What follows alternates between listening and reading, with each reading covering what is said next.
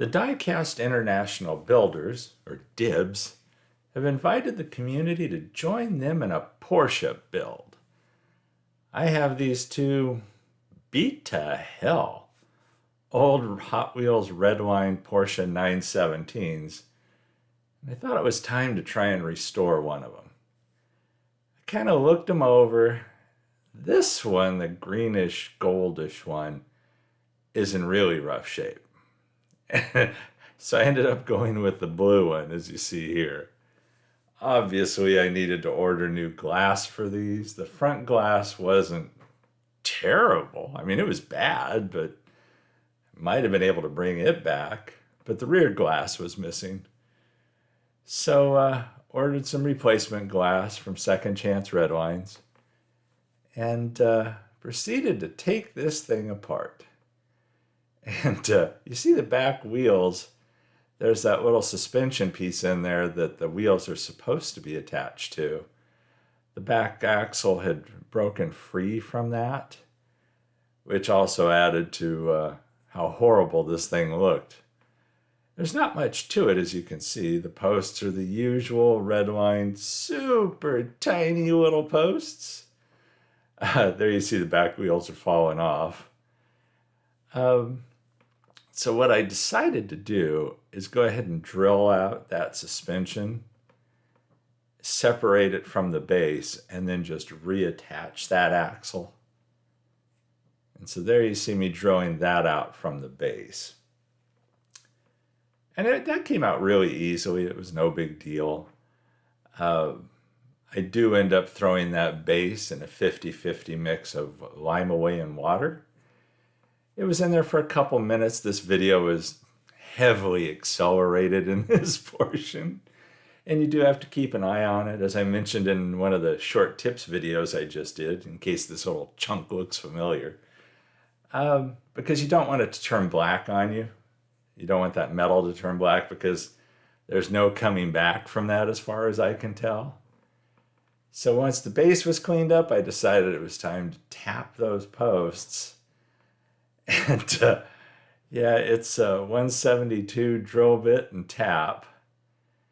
And I'm just a lot more comfortable with the 256, probably because I bumble and fumble things. But, easy enough. Then I decided, I stripped off the paint using citrus strip, polished up the body a little bit at this point, decided it needed more polishing. So there were some rough spots still on it. There you see that suspension piece. And the groove was there that the axle needed to go into. So I just took a little CA glue to put it back in place. Added a very tiny bit of baking powder to that. And because I don't want to raise that any. I just wanted to add a little strength to that groove, but not really add thickness, just to strengthen it a little. That worked well. These are cap style wheels, which it doesn't get any easier than cap style, where you just take a knife blade, pop off the old caps, pop on new caps, and you're good to go. So as much as I love bearing style wheels, you can't beat the cap style, because they're just so darn easy, especially when I have this little suspension piece off of the base, which kind of made it fun in a way. It's tempting to throw that little chunk under something else, which maybe I'll take the chunk off the other 917. I don't know. We'll see. Maybe you'll see it turn up on another casting. I did polish up the base after it came out of the lime away. Polished it with Flitz originally, and then I do like using the Renaissance wax to help get out any polish residue that's still on the casting. It works great for that, and also to seal. Since I don't paint it with a clear coat or anything like that on the base, this helps add a protective coating to the base with the Renaissance wax. So after I kind of give it a heavy duty wiping like this, I do apply another thin coat of the Renaissance wax and lightly wipe it off, making sure that some of it's left behind to protect that base.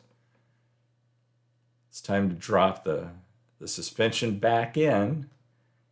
And once that's in place, I just use a little CA glue to hold it there.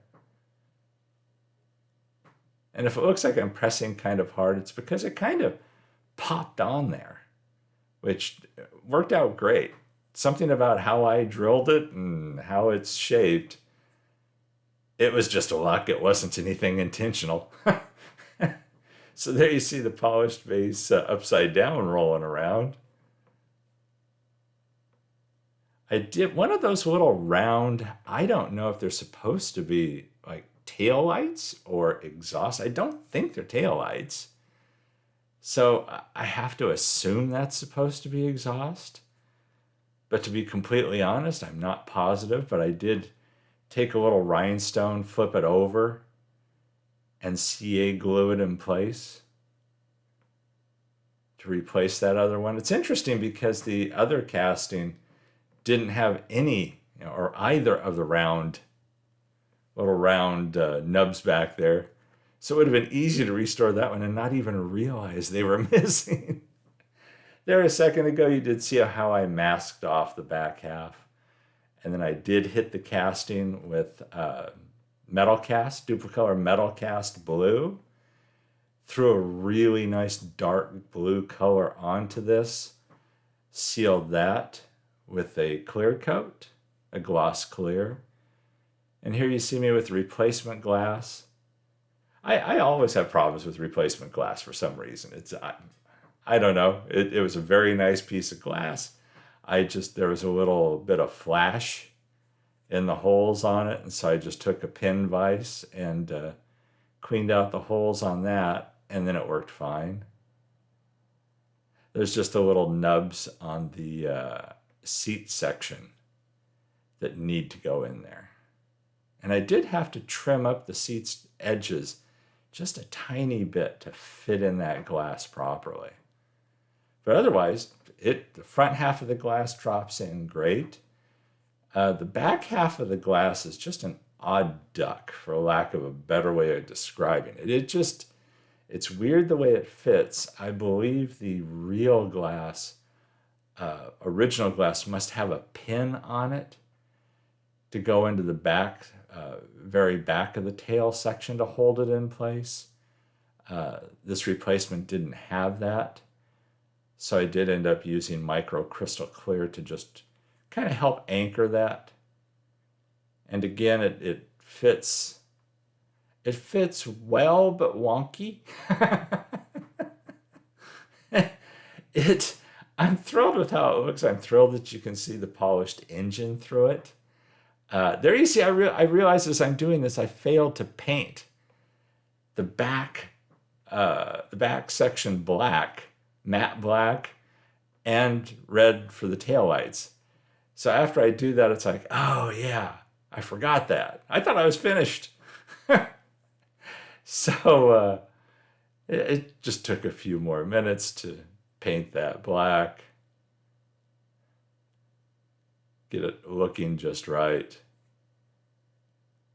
And then I actually have a Molotow red paint pen that I use for the taillights. And as you can see, I did just pop the base off of it when I was doing this painting. That's why you're not seeing the wheels there. So I popped the base off, did the painting, then threw the base back on once the paint was dry.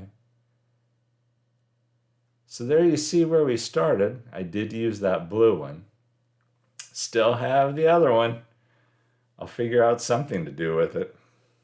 It is really beat to hell. I'd like to thank the Diecast International Builders for inviting the community to take part in this Porsche challenge. Gotta love a Porsche. And to be sure and check out all of the other builders in this event. And there you see where we finished.